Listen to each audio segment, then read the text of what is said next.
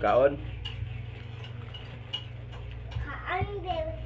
So, kanina ang Kaan, bebe. Kaan. manok na malapit na mga itlog. Ito, naatay ko na. Gawa ko ng tinula. Ito yung papaya papaya. Papakpak. Sarap to. Mataas lumipad.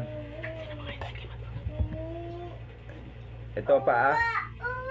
Sino ang may gusto? Paa. Masarap to kaya to, ang paa. Ito ang pinakamasarap, yung paa. Ito yung isa dalawa.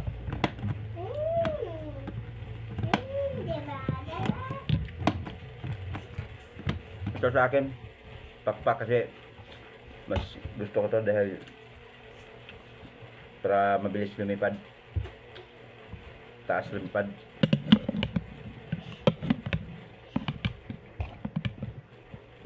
Baw ma? Baw?